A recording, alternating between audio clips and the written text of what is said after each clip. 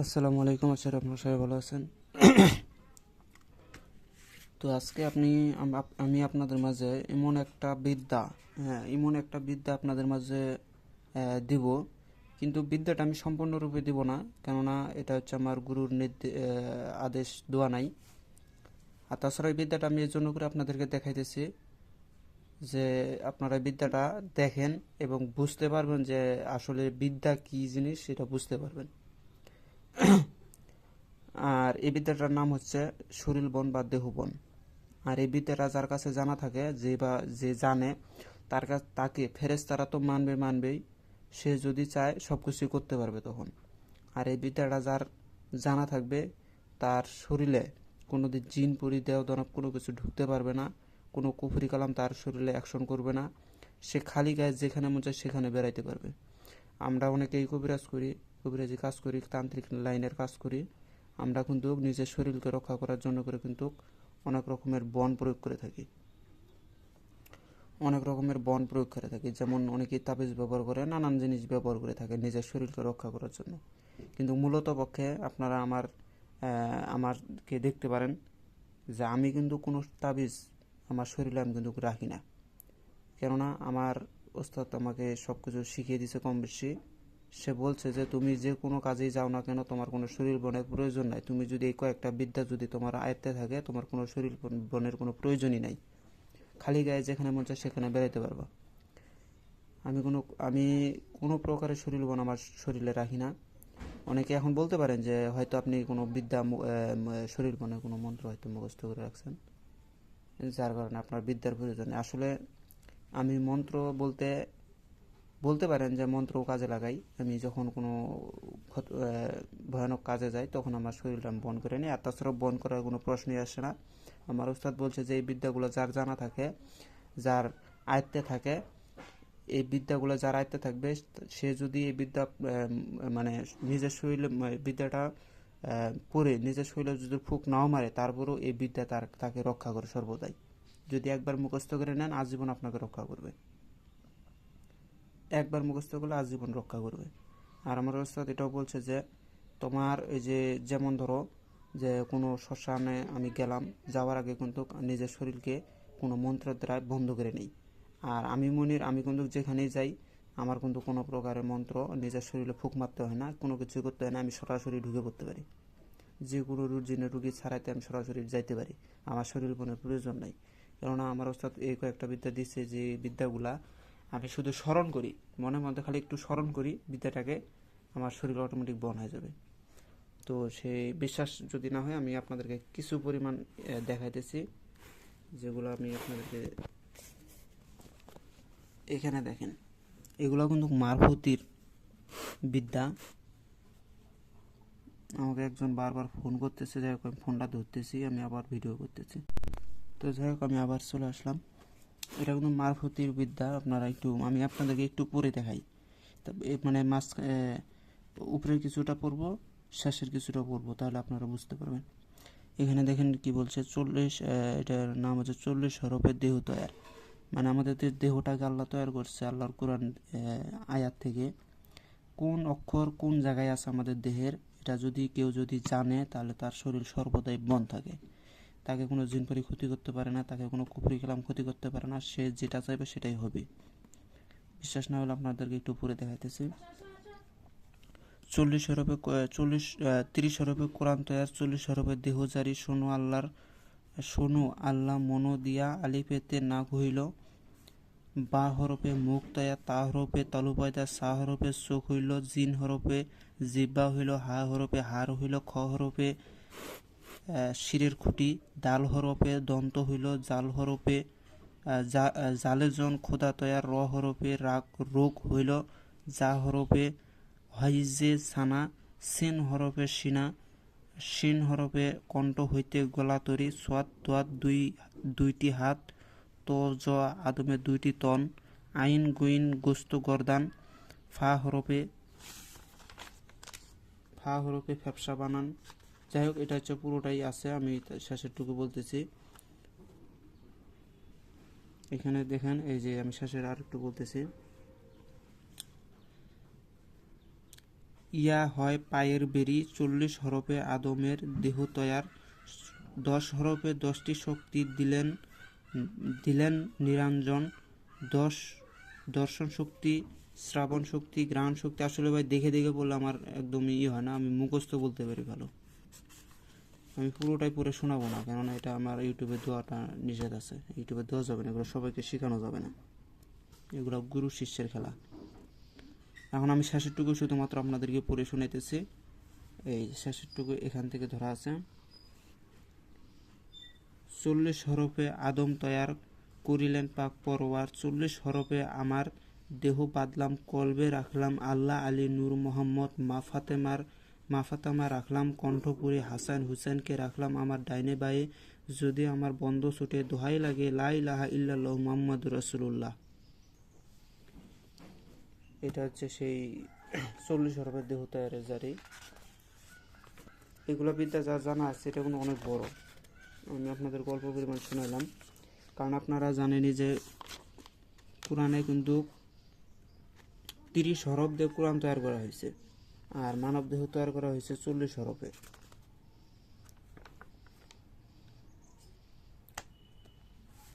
তো আজকে আমি আপনাদের হাতে আরেকটা বিদ্যা দিতেছি, এটা শুধু আপনাদেরকে বোঝানোর জন্য করে দিলাম যে শরীর বনটা কি আসলে। আরেকটা আছে হিন্দু শাস্ত্রের ভিতরে 18 মোকাম। এই 18 মোকামটা আমি একটু মুখস্থ বলতেছি, আপনারা শুনবেন। তো আমি আপনাদেরকে মুসলমান মতে যে 40 হরফের দেহ কোরআনের কথা বলা হয়েছে সেটা আপনাদেরকে আমি কিঞ্চিত পরিমাণ পড়ে শুনাইলাম। এখন আমি আপনাদেরকে হিন্দু মতে যে 18 মোকাম আছে সেই 18 মোকামটাও একটু পড়ে শুনাইতেছি। এগুলা যদি আপনার কাছে জানা থাকে তাহলে আপনার শরীর বলে কোনো প্রশ্নই আসে না, আপনি যে কোনো কাজ অনায়াসে করতে পারবেন, কারণ এগুলো হচ্ছে সিদ্ধিবিদ্যা। আর এই 18 মোকামটা এটা কিন্তু আমি কোনো কিতাবের ভিতরে পাই নাই, কোনো কিছুর ভিতরে আমি এটা পাই নাই, এটা শুধুমাত্র আমি এই 18 মোকামটা পাইছি আমার ওস্তাদের কাছ থেকে। হ্যাঁ, আরেকটা আমি পাইছিলাম একটা বইয়ের ভিতরে, সেই বইটা হচ্ছে কোনো কবিরাজি কোনো কিতাব না, ওই বইটা হচ্ছে আপনার দেহতত্ত্বের একটা বই, দেহতত্ত্বের বই। এটা হলো আপনারা বলতে পারেন এটা হিন্দু শাস্ত্রের দেহতত্ত্ব, সেখান থেকে আমি এই 18 মোকামটাও পাইছি, আমার ওস্তাদের কাছ থেকে পাইছি। তারপরে যখন ওই বইগুলো আমি পড়ার জন্য করে নিয়েছিলাম তখন ওই বইয়ের ভিতরেও পাইছি। তো বর্তমানে আমার কাছে বইটা নাই তো আপনাদেরকে দেখাইতাম, এটা আরেক জায়গায় আছে। তো ওইটা এক সময় যদি আমি সময় পাই ওটাও আপনাদেরকে দেখাবো সরাসরি। তো যাই হোক, এখন আমি 18 মোকামটা শুনাইতেছি, আপনারা শুনবেন। চূড়ার মধ্যে চূড়ামণি ব্রহ্মাপাঠে স্থিতি পাঠের মধ্যে মহাবিষ্ণু করেছেন বসতি, চোখের মধ্যে কালাসান করিয়াছেন ধ্যান, আশিকাতে নিত্যানন্দ মধুকরের পান, করুণাতে চাতকোষে হইয়া সাবধান, মুখেতে ভদ্রবশের ত্রিশাল যুগের শিবপথে নারদমণি বাঁচালে কন্দন, শিবপথে নদীগুণ গালাজীবে সরস্বতী শ্রীদাস খণ্ডেদেশে শ্রীখানায় বাহুতে বলরাম পক্ষে গুবিতে নাভিবলে ব্রহ্মসদা করিয়াছে লীলালিঙ্গের মধ্যে মহাদেব লইয়া চন্দ্রকলা গুচ্ছ দ্বারা নারকপাল হাড়িত শক্তি পাইব সমুতি 18 মোকামে তৃতীয় বেচন হয়ে পার্বতী। 18 মোকামে তৃতীয় যে বাচনে যেন মানুষ তো দূরের কথা দেবতাও তাহাকে মানে শ্রীকৃষ্ণ চৈতন্যগর বাস পায়ের পদতলে শ্রীচরণের দাস শিবশঙ্করের ধর্মের বলে। এখানে আপনারা যে কোনো কাজ করতে পারেন, যদি রুগী সরাতে চান তাহলে এখানে বলতে পারেন, অথবা শরীর বহন করতে চান তাও বলতে পারেন, মানে যে কোনো কাজের জন্য। শিবশঙ্করের ধর্মের বলে আমার শরীরকে রক্ষা করে মহাকাল, দোহাই ব্রহ্মা বিষ্ণু শিব, শেষ। এতটুকু আপনার এটা হচ্ছে শেষ কিবা, এটা হচ্ছে 18 মোকাম বলা হয়। 18 মোকাম কয়েক প্রকারের আছে, এটা হচ্ছে 3 নম্বরের 18 মোকাম, বাকি 1-2টাও আছে, ওইটা আপনাদেরকে এখন পরে শুনাইলাম না। তো আপনাদের মাঝে একটা বিদেশ থেকে লোক আনার জন্য একটা বিদ্যা দিব, কালি চালান। অনেকে আছে যে কারো স্ত্রী চলে গেছে বা কারো ছেলে মেয়ে চলে গেছে বা হারাইয়া গেছে, যদি এরকম কোনো হয় তাহলে আপনারা এই বিদ্যাটা কাজে লাগাবেন। সে যেথায় থাকুক সে আসতে বাধ্য, কিছুদিনের ভিতরে আপনাদের কাছে এসে হাজির হবে। এটা হচ্ছে কালি চালান। যেমন আপনার স্ত্রী চলে গেছে, আপনার স্ত্রীকে আনতে চান, তাহলে এটা চালান করবেন। কিন্তু ভাই একটা কথা বলে রাখি, কালি চালান সবার দ্বারাই হবে না, এবং যাদের গুরু নাই তারা তো একদমই পারবে না। কেন কালি চালান এটা সাধারণ কোনো জিনিস না, এটা কোনো বাচ্চা ছেলে কোনো খেলা না যে আপনারা মুখস্থ করলেন আর চলে গেলেন কাজ করার জন্য করে, আসলে ভাই কাজ হবে না। আপনার ওস্তাদের কাছ থেকে এই বিষয়ে আরও পরামর্শ নিতে হবে, কেননা আমি শুধু বিদ্যার নিয়ম দিতেছি, কিন্তু এর ভিতরে কিছু গুমর থাকে, যে গুমরগুলো একমাত্র ওস্তাদের কাছ থেকে পাওয়া যায়, যিনি যদি সুন্দরভাবে বুঝিয়ে না দেয় তাহলে আপনারা জীবনও পারবেন না। আর একটা কথা বলে রাখি যে যারা আমাকে টাকা পাঠাইতেছেন বিকাশের মাধ্যমে, আসলে আপনারা বিকাশের মাধ্যমে আমাকে আর টাকা পাঠাবেন না, কেননা বিকাশ অ্যাপসটা বিকাশ আমার অ্যাকাউন্টটা এটা মনে হয় কেউ হ্যাক করে ফেলছে। কারণ আমার বিকাশে যদি কেউ টাকা পাঠায় তাহলে সেই টাকাটা আমার অ্যাকাউন্টে না ঢুকে অন্য অ্যাকাউন্টে চলে যায়। এখন কার অ্যাকাউন্টে চলে যায় সেটা আমি বলতে পারলাম না। মানে আমার বিকাশের যদি কেউ টাকা পাঠায়, হ্যাঁ, যিনি টাকা পাঠাইতেছে, যিনি টাকা পাঠাইছে তিনি স্ক্রিনশটগুলো আমাকে দেখাইলো যে ঠিকই আছে, আমার নাম্বারে টাকা পাঠাইছে, অথচ আমার অ্যাকাউন্টে টাকা আসে নাই। সেজন্য করে বলতেছি আপনারা বিকাশে টাকা পাঠাবেন না। অনেক ভাই আছে যে না বলেই আমাকে টাকা পাঠিয়ে দেয়। হ্যাঁ, না বলে আপনি টাকা পাঠাইতে পারবেন, সমস্যা নাই, কিন্তু ওইটা হচ্ছে আপনার নগদের মাধ্যমে পাঠাবেন।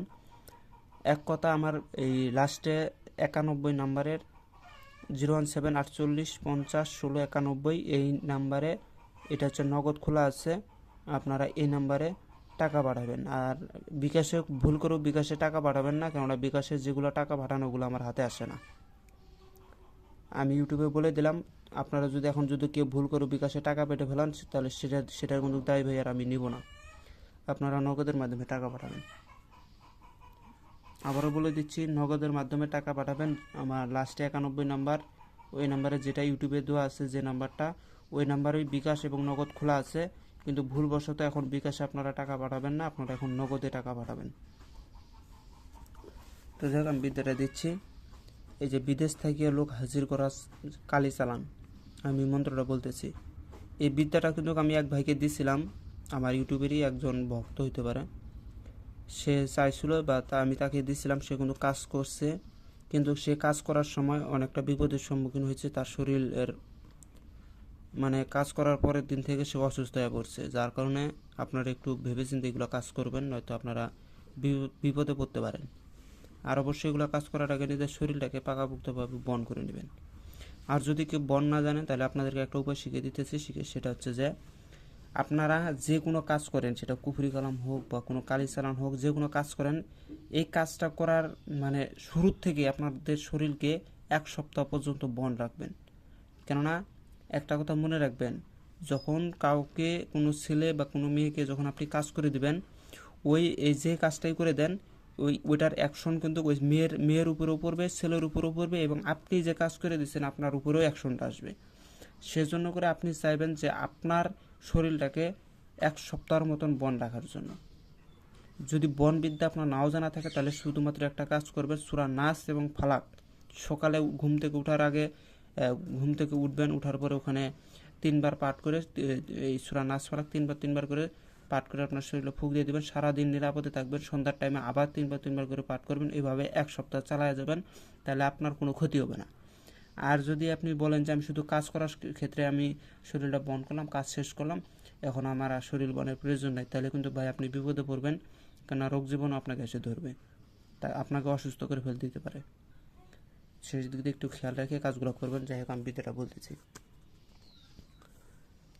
এটা হচ্ছে আহারণ। এখানে কিন্তু এই যে নবীর কথা বলা আছে, আসলে ভাই এটা নবী হবে না, এখানে কালী হবে। আহারণ কালী, তাহারণ কালী,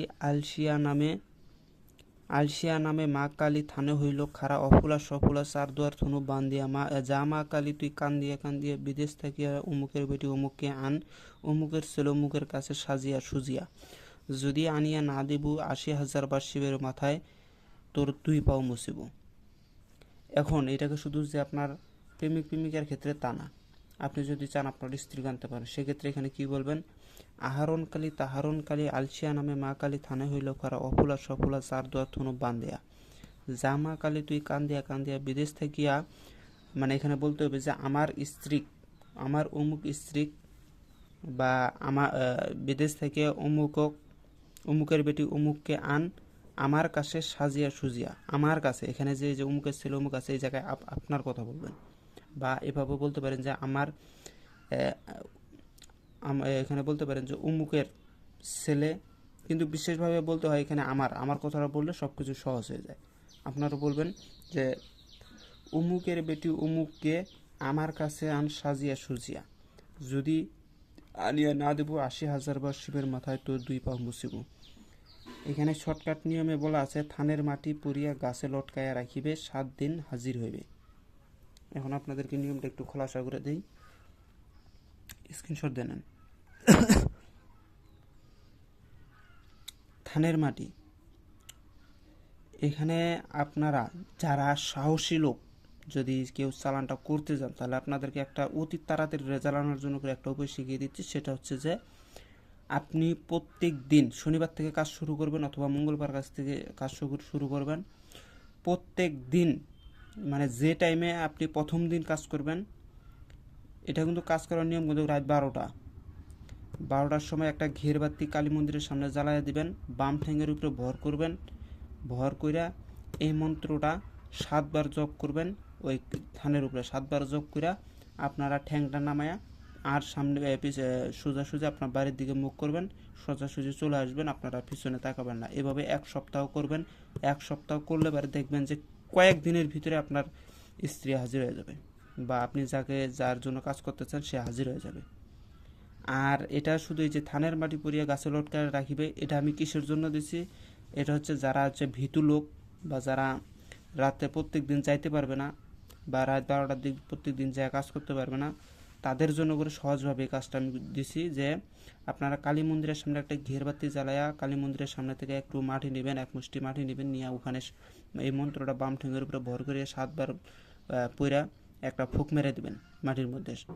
7 বার করে 7 বার ফুঁক মেরে দেওয়ার পরে আপনি যাকে আনতে চান তার যদি কোনো ফটো থাকে, তো সেই ফটোর ভিতরে ওই মেয়ে যাকে আনতে চান তার নাম এবং তার পিতা, যদি মেয়ে হয় তার মায়ের নাম, পিতা হলে তার যদি ছেলে হয় তাহলে তার পিতার নাম ছবির পিছনে লিখে দিয়ে ওই মাটির সাথে ছবিটা রাখবেন। রাখার পরে ওই মাটি এবং ছবিটা লাল কাপড়ের মধ্যে বাঁধা ওই কালী মন্দিরের সাথে যে গাছ থাকবে, সেটা বট গাছ হোক মাদার গাছ হোক, যে গাছে থাক, সেই গাছের মধ্যে আপনারা লটকায় দিয়ে আপনারা চলে আসবেন, পিছনে তাকাবেন না।